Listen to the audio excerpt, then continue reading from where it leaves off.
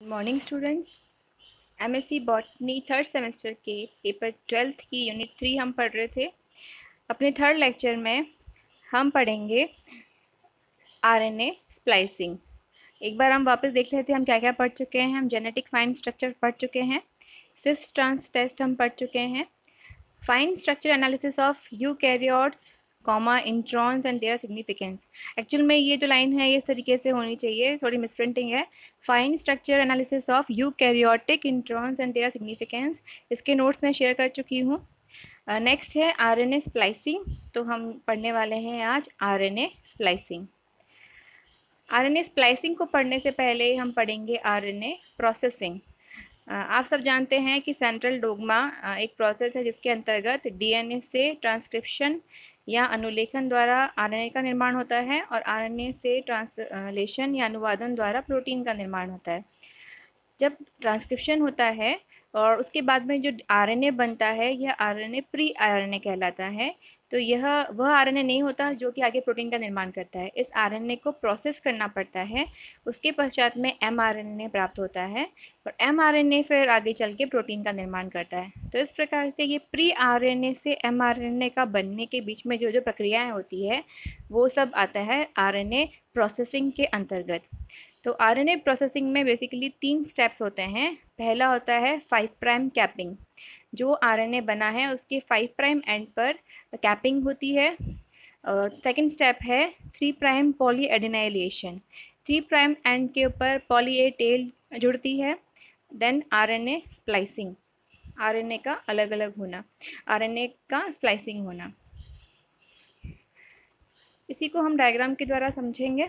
RNA processing in eukaryotes के अंदर हम पढ़ रहे हैं। सबसे पहले आप देख पा रहे हैं यहाँ एक डीएनए है। डीएनए में एक्सॉन्स और इंट्रॉन्स आप देख पा रहे हैं। सबसे पहले यहाँ पे 5' कैपिंग हो रही है। ये देखिए, ये जो ब्लू कलर का डॉट आपको दिखाई दे रहा है ये है 5' कैप और साथ ही में इसमें 3' एंड पे पॉली ए टेल जुड़ गई है।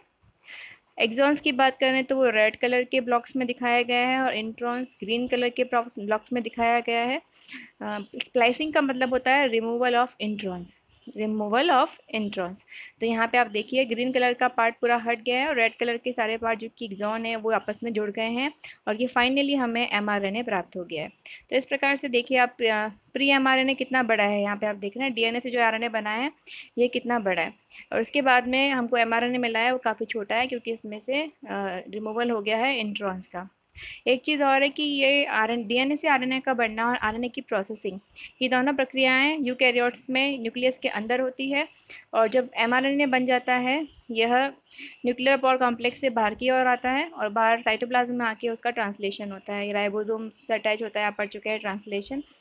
तो यहाँ पे कंपार्टमेंटेशन होता है, जबकि प्रोकैरियोट्स में आपको ध्यान है कि कोई न्यूक्लियस नहीं होता, तो सब प्रक्रियाएं जो भी होती है वो सब साइटोप्लाज्म में ही होती है और वहाँ पे किसी प्रकार की स्प्लाइसिंग या 5' कैपिंग या 3' पॉलीएडिनाइलेशन नहीं पाया जाता और नहीं उसमें किसी प्रकार के इंट्रॉन्स मिलते हैं। तो ये बात हुई आरएनए प्रोसेसिंग के 3 स्टेप्स की। तो हम जब पढ़ेंगे नेक्स्ट आरएनए स्प्लाइसिंग, मैं ऑलरेडी बता चुकी हूँ। आप आरएनए स्प्लाइसिंग एक प्रोसेस है जिसके अंतर्गत आरएनए में पाया जाने वाला non coding part that is introns, इनको रिमूव किया जाता है और एक्सॉन्स आपस में जुड़ते हैं। तो 2 चीज़ें होती है, removal of introns and joining of exons. इसे हम कहते हैं आरएनए स्प्लाइसिंग और इसका फाइनल प्रोडक्ट क्या होता है एमआरएनए, जो कि आगे साइटोप्लाज्म में जाके प्रोटीन का निर्माण करता है। आरएनए स्प्लाइसिंग के अंतर्गत अगर हम देखें कितने टाइप्स की होती है तो ये 3 प्रकार की होती है। पहली है self splicing bye group 1 introns. अब पहली बात तो ये है कि सेल्फ स्प्लाइसिंग क्या होती है। सेल्फ का मतलब होता है स्वयं, स्प्लाइसिंग का मतलब स्प्लाइस आउट होना या फिर निकल जाना। अब स्वयं निकल जाते हैं मतलब कौन निकलेगा, स्वयं स्वयं आरएनए बिना किसी प्रोटीन की मदद से, ये जो इंट्रॉन्स होते हैं ये इंट्रॉन्स खुद ही अपने आप को निकाल देते हैं, मतलब इंट्रॉन्स खुद ही अपनी स्प्लाइसिंग कर देते हैं। तो इसे हम कहते हैं सेल्फ स्प्लाइसिंग। अब इस प्रकार की स्प्लाइसिंग करने वाले इंट्रॉन्स 2 प्रकार के होते हैं। पहला होता है ग्रुप 1 इंट्रॉन्स और दूसरा होता है ग्रुप 2 इंट्रॉन्स। इनको भी हम आगे समझेंगे क्या होते हैं ये। तो इस प्रकार से 2 तो ये हो गए, self splicing bye group 1 introns and self splicing bye group 2 intron. Again repeating, बिना किसी प्रोटीन के कॉन्ट्रीब्यूशन के आरएनए स्वयं अपने आप को स्प्लाइस आउट कर देते हैं, तो इंट्रॉन स्वयं अपने आप को स्प्लाइस आउट कर देते हैं, इसे हम कहते हैं सेल्फ स्प्लाइसिंग। तीसरा प्रकार है स्प्लाइसियोसोम मीडिएटेड स्प्लाइसिंग। इसके अंतर्गत आरएनए स्वयं नहीं कर पाता, साथ में आप कुछ प्रोटीन्स इन्वॉल्व होते हैं, तो यहाँ पे प्रोटीन्स का योगदान होता है स्प्लाइसिंग के अंदर, और इसलिए इसे कहते हैं spliceosome mediated splicing.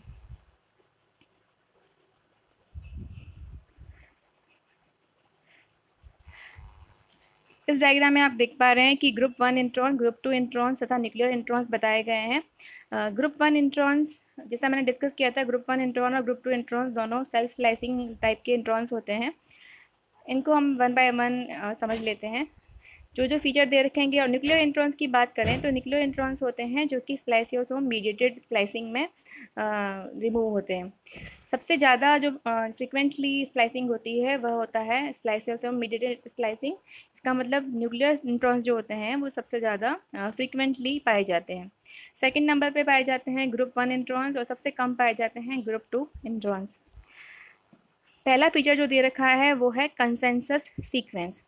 Consensus sequence की बात करें तो ये जैसे इंट्रॉन निकलेगा, दो एक्सॉन के बीच में एक इंट्रॉन है, तो उस इंट्रॉन का फर्स्ट एंड और स्टार्टिंग किस कोडोन से हो रहा है वह कंजर्व्ड रहती है सामान्यतया, तो उसे हम कहते हैं कंसेंसस सीक्वेंस। ग्रुप 1 इंट्रॉन की बात करें तो इसमें इंट्रॉन में किसी प्रकार की कंसेंसस सीक्वेंस नहीं पाई जाती। ग्रुप 2 इंट्रॉन में जी टी स्टार्टिंग में और ए जी एंड में पाया जाता है, और न्यूक्लियर इंट्रॉन्स में भी इसी प्रकार से पाया जाता है। इंटरनल होमोलॉजी की बात करें तो ग्रुप 1 और ग्रुप 2 इंट्रॉन्स में काफ़ी इंटरनल होमोलॉजी का मतलब होता है समानता, सारे इंट्रॉन्स एक समान होते हैं, तो इसमें पाई जाती है। लेकिन न्यूक्लियर इंट्रॉन्स में किसी प्रकार की इंटरनल होमोलॉजी नहीं पाई जाती। द्वितीयक संरचना या सेकेंडरी स्ट्रक्चर भी ग्रुप 1 और ग्रुप 2 इंट्रॉन्स में मिलता है, लेकिन न्यूक्लियर इंट्रॉन्स में नहीं पाया जाता। मैं बता चुकी हूँ ऑलरेडी अकरेंस, सबसे ज़्यादा जो इंट्रॉन्स मिलते हैं मोस्ट फ्रिक्वेंट कौन से हैं, न्यूक्लियर इंट्रॉन्स। सेकेंड नंबर पे मिलते हैं group 1 introns, and third number पे मिलते हैं ग्रुप 2 इंट्रॉन्स। ट्रांसएस्टरिफिकेशन, आगे हम पढ़ेंगे कि स्प्लाइसिंग के लिए सबसे इंपॉर्टेंट जो रिएक्शन होती है वो होती है ट्रांसएस्टरिफिकेशन। ट्रांसएस्टरिफिकेशन ग्रुप 1 इंट्रॉन्स में जो होती है वह होता है गुआनोसिन न्यूक्लियोटाइड से, जबकि ग्रुप 2 और न्यूक्लियर इंट्रॉन्स में होता है एडिनोसिन या फिर ए न्यूक्लियोटाइड से। आप बस इतना याद कर लीजिए कि ग्रुप 1 इंट्रॉन में जी इन्वॉल्व होता है 5 प्राइम एंड पे, जबकि ग्रुप सेकेंड इंट्रॉन्स और न्यूक्लियर इंट्रॉन्स में ए या एडिनोसिन इन्वॉल्व होता है। उसी प्रकार से ट्रांसएस्टरिफिकेशन एट 3 प्राइम साइट पर तीनों में एक ही समानता होती है। तीनों पे 3 प्राइम साइट जो होती है वो लेफ्ट एक्सॉन इन्वॉल्व होता है, आगे हम पढ़ेंगे कैसे। स्प्लाइसिंग कैटालाइज्ड बाय, पढ़ चुके हैं हम ऑलरेडी। ग्रुप 1 और ग्रुप 2 इंट्रॉन्स में इंट्रॉन्स स्वयं स्प्लाइसिंग करते हैं, जबकि न्यूक्लियर इंट्रॉन्स में कुछ प्रोटीन्स इन्वॉल्व होते हैं, जो हम पढ़ेंगे कौन कौन से होते हैं। अब लास्ट जो है वो है इंट्रॉन रिलीज एज, मतलब जब इंट्रॉन क्या है, बेसिकली आरएनए का फ्रेगमेंट है, वो जब निकलता है रिलीज होता है तो किस फॉर्म में रहता है। ग्रुप 1 इंट्रॉन हमेशा लीनियर फॉर्म में रहते हैं, ग्रुप 2 इंट्रॉन्स एक लैरियाड बनाते हैं, हम पढ़ेंगे आगे लैरियाड क्या होता है, और न्यूक्लियर इंट्रॉन्स भी एक लैरियाड फॉर्म करते हैं। तो ये कुछ मुख्य अंतर है तीनों प्रकार के इंट्रॉन्स में। सबसे पहले हम पढ़ रहे हैं self splicing bye group 1 introns. The RNase from gene having group 1 introns have the ability of auto splicing. ये हम पढ़ चुके हैं कि इनमें स्वयं अपने आप को स्प्लाइस आउट करने की क्षमता होती है, इसमें किसी प्रोटीन की आवश्यकता नहीं होती। इन्हें सबसे पहले टेट्राहाइमेना थर्मोफिला के आरएनए में खोजा गया था। Group 1 introns were also found in fungi, mitochondrial gene, T4 phage etcetera. इन सब में भी यह ग्रुप 1 इंट्रॉन्स पाए जाते हैं। ये भी बता चुकी हूँ मैं आपको कि इन इंट्रॉन्स में कुछ शॉर्ट कंसेंसस सीक्वेंस होती है, जो कि आपस में मिलके एक सेकेंडरी स्ट्रक्चर बनाती है। आपको बताऊंगी मैं सेकेंडरी स्ट्रक्चर कैसा बनता है। ये आपको पूरा याद करने की आवश्यकता नहीं है। इसमें आप देख रहे हैं कि ये एक डीएनए का खंड है, जो कि पूरा आपस में बॉन्डिंग करके, आप देख रहे हैं जो P1, P2, P3 ये सब लिखा हुआ, ये है पेयरिंग रीजन। तो इसमें कुल मिला के 9 पेयरिंग रीजन बनते हैं, और एक प्रकार से जो संरचना आपको दिख रही है यह है द्वितीयक संरचना, जो किससे बनी है, इंट्रॉन से बनी है। ग्रुप 1 इंट्रॉन इस प्रकार की एक द्वितीयक संरचना बनाता है। उसी प्रकार से सेल्फ स्प्लाइसिंग ग्रुप 2 इंट्रॉन्स, ये भी इसमें भी सेल्फ स्प्लाइसिंग होती है, मतलब इंट्रॉन स्वयं अपने आप को स्लाइस आउट कर लेता है। यह ग्रुप 1 इंट्रॉन्स की कंपेयर में कम पाए जाते हैं। अब ग्रुप 1 और ग्रुप 2 इंट्रॉन्स के जो अंतर है मैं ऑलरेडी आपको पहले टेबल के द्वारा समझा चुकी हूँ, लेकिन जो मुख्य अंतर है वह यह है कि ग्रुप 1 इंट्रॉन्स में स्प्लाइसिंग के लिए जीटीपी या एनर्जी की आवश्यकता होती है, लेकिन यहाँ पे जीटीपी की आवश्यकता नहीं होती है। और दूसरा अंतर यह है कि उसका सेकेंडरी स्ट्रक्चर कुछ अलग प्रकार का होता है, जबकि ग्रुप 2 इंट्रॉन्स का सेकेंडरी स्ट्रक्चर कुछ अलग प्रकार का होता है। आप ये देख पा रहे हैं यहाँ पे ग्रुप 2 इंट्रॉन का सेकेंडरी स्ट्रक्चर दे रखा है। मैंने यहाँ बताया है कि यहाँ पे डोमेन्स बनते हैं 1 से लेके 6 तक, जिनको हम D1 से D6 डोमेन कहते हैं। तो आप डायग्राम में थोड़ा बहुत अगर समझ सकते हैं तो आप देखिए यहाँ पे डोमेन्स लिखा हुआ है D1, D2, D3। तो कुछ नहीं कि कुल मिला के ये क्या है, एक द्वितीयक संरचना है जो कि इंट्रॉन्स में पाई जाती है, और इसी संरचना के कारण ये अपने आप को स्वयं बिना किसी प्रोटीन की सहायता से स्प्लाइस आउट कर सकते हैं। अगर हम इनकी स्प्लाइसिंग में अंतर देखें तो जैसे मैं आपको बता रही थी कि ये ग्रुप 1 इंट्रॉन पहले हम पढ़ते हैं। इसमें आप देख रहे हैं कि 2 एक्सॉन के बीच में एक इंट्रॉन है। हमने पढ़ा था टेबल के अंदर कि यहाँ पे जो सबसे पहले 5 प्राइम एंड पर जो ट्रांस एस्टिफिकेशन होता है वो होता है गुआनोसिन के हाइड्रोक्सिल ग्रुप के कारण। तो यहाँ पे लिखा हुआ है गुआनोसिन 3 प्राइम OH, ये अटैक करता है ग्रुप इसके 5 प्राइम एंड के ऊपर। इसके बाद में अगर ग्रुप 2 इंट्रॉन की बात करें तो वहाँ हमने कहा था कि एडिनोसिन इन्वॉल्व होता है 5 प्राइम एंड पर अटैक करने के लिए। आप देखिए जैसे ये 5 प्राइम एंड है एक्सॉन का, और इंट्रॉन के जो स्टार्टिंग में जहाँ एरो लग रहा है ये इंट्रॉन का 5 प्राइम एंड है। तो यहाँ पे अटैक किसने किया, गुआनोसिन के 3 प्राइम OH ग्रुप ने, जिसकी वजह से ये इंट्रॉन टूट गया, यहाँ से एक्सॉन से अलग हो गया। अलग होने के बाद में जो एक्सॉन का जो 3 प्राइम एंड था, यहाँ के हाइड्रोक्सिल ग्रुप ने अटैक किया इंट्रॉन के 3 प्राइम एंड पे।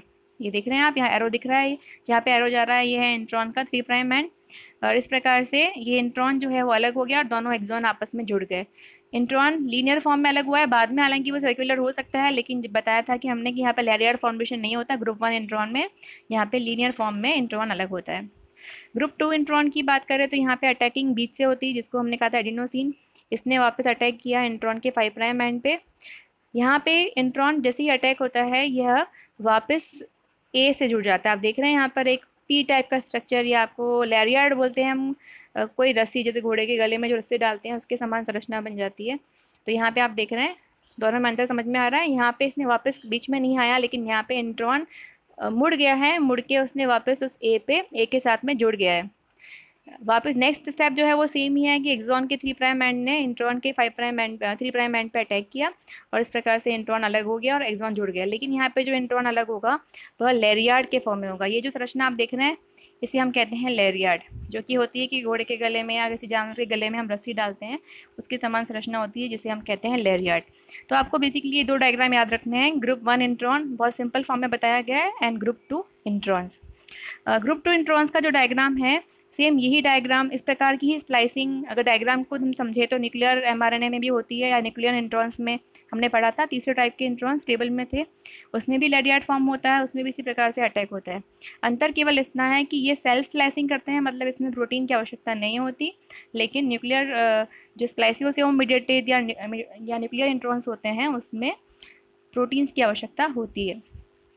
नेक्स्ट है स्प्लाइसियोसोम मीडिएटेड स्प्लाइसिंग।